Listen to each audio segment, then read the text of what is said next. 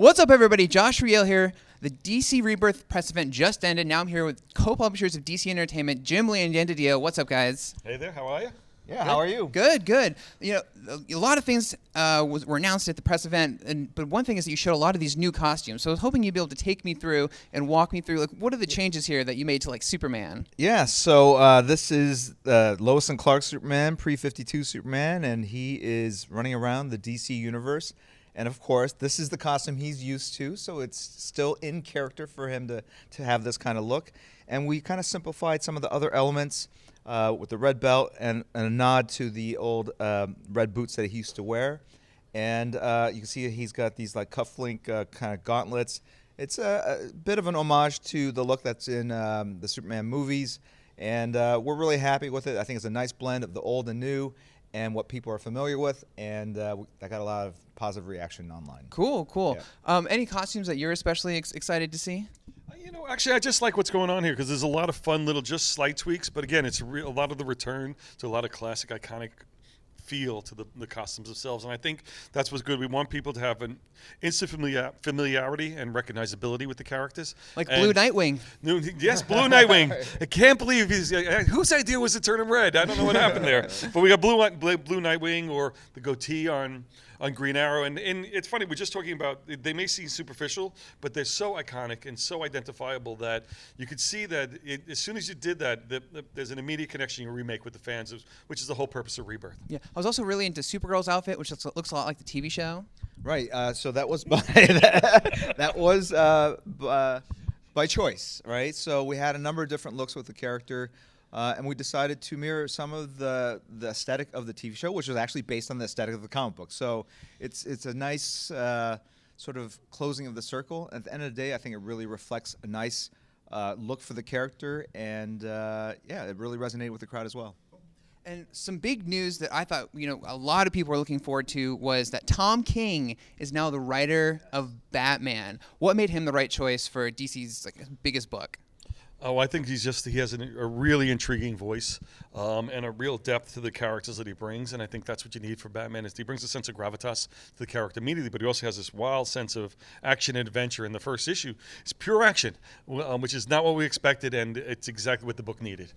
Right. It's a departure from what I think Scott Snyder's known for, but I think that's a good thing because you don't necessarily want to follow in the same footsteps or the shadows of your previous writer. And at the end of the day, I think he had a lot of the same things going for him that Scott did prior to him jumping on Batman, which was a lot of word of mouth, a lot of fans really taking note of his work.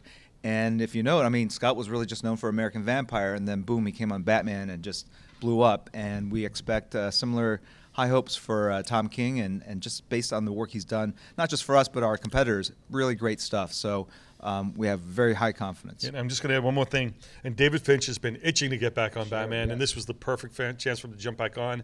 And if you've been watching or reading Mikel Janín's art in the Grayson book, he is just improving exponentially, and just some of the most beautiful stuff we've seen. So between the tandem of David and Mikel working with Tom, you have this really incredible, wonderful book to be coming out twice monthly. Cool, cool. Very, very excited for that.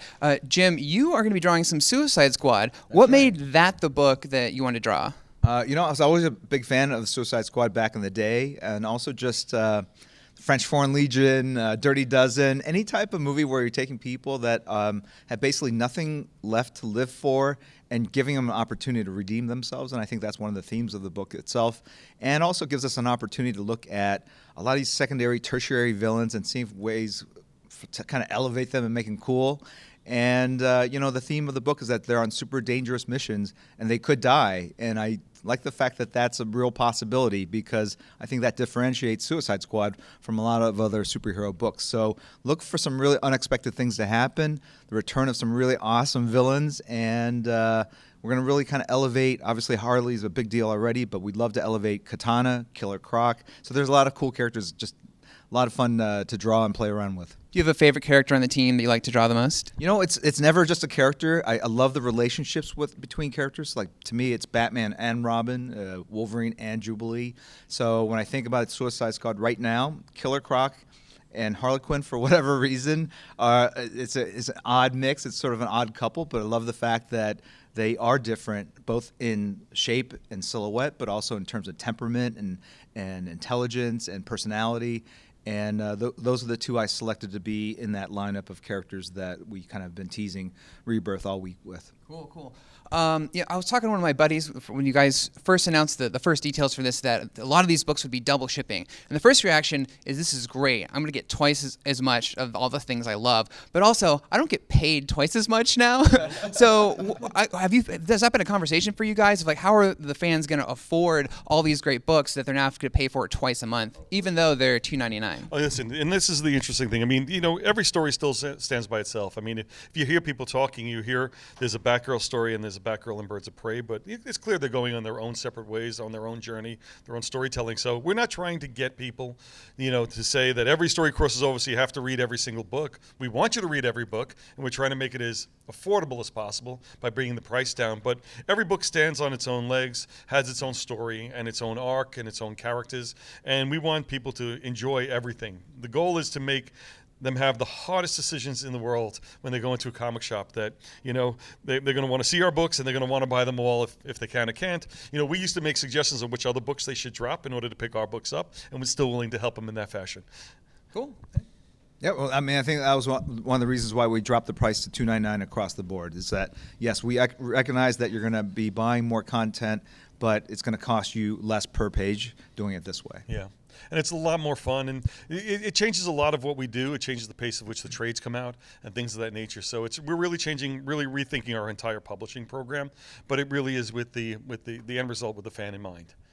I'd say, seeing all the announcements today, the one that got me the most excited was actually the Wonder Woman story, which is going to have like the alternating chapters of two different kind of Wonder Woman stories. I'm very, very excited for that. What books have you most excited? What story or character or title are you like really championing as you really want to read? Well, I think we didn't divulge too much about it, but I think Super Sons is a favorite within the office, just because it's the idea of like, hey, this, if DC's all about legacy, here we have the son of Batman, son of Superman teaming up, and where does that end up? What kind of hijinks ensue when you give two very young kids these amazing kind of powers with access to things that no other 10-year-old has access to? And I think that's going to just be a lot of fun to play out. Obviously, Suicide Squad, really looking forward to that. Just it's been a while since I've been back in the trenches. I was there for the New 52, and I felt important, especially to collaborate and platoon up with another artist to show that we can still deliver the same quality of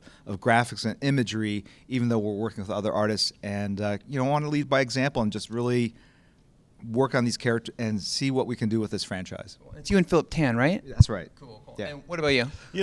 Super Sons naturally for me is a really interesting thing, but Titans is kind of fun for me. A reason why is that when I first got here, we put those Titans through the ringer. Every one of those characters went through some really drastic changes and some real turmoil. So the fact that we're reintroducing them now, something that we didn't do at the start of New 52, we're bringing a lot of these characters back, putting them really to the forefront and rebuilding their history again in the way that hopefully the fans get really excited, is fun for me. And it's almost like we're seeing these characters for the first time again, which is really good. But it's interesting because you look at things like Damian Wayne and Super Sons. The reason why Super Sons is that we're talking about legacy and generations.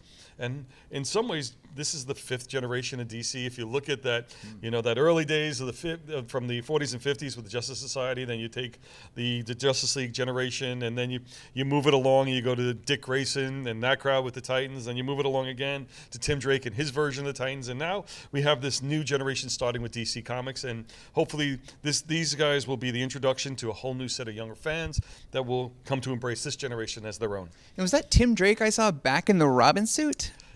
Yeah, we've got a couple of surprises coming down the road for you. So there's a lot of fun stuff happening there. Good eye. I'll also throw in New Superman by Gene Yang. Absolutely. It's a really, he's got a big fan base outside the world of superhero comic books. The first script is a really touching story.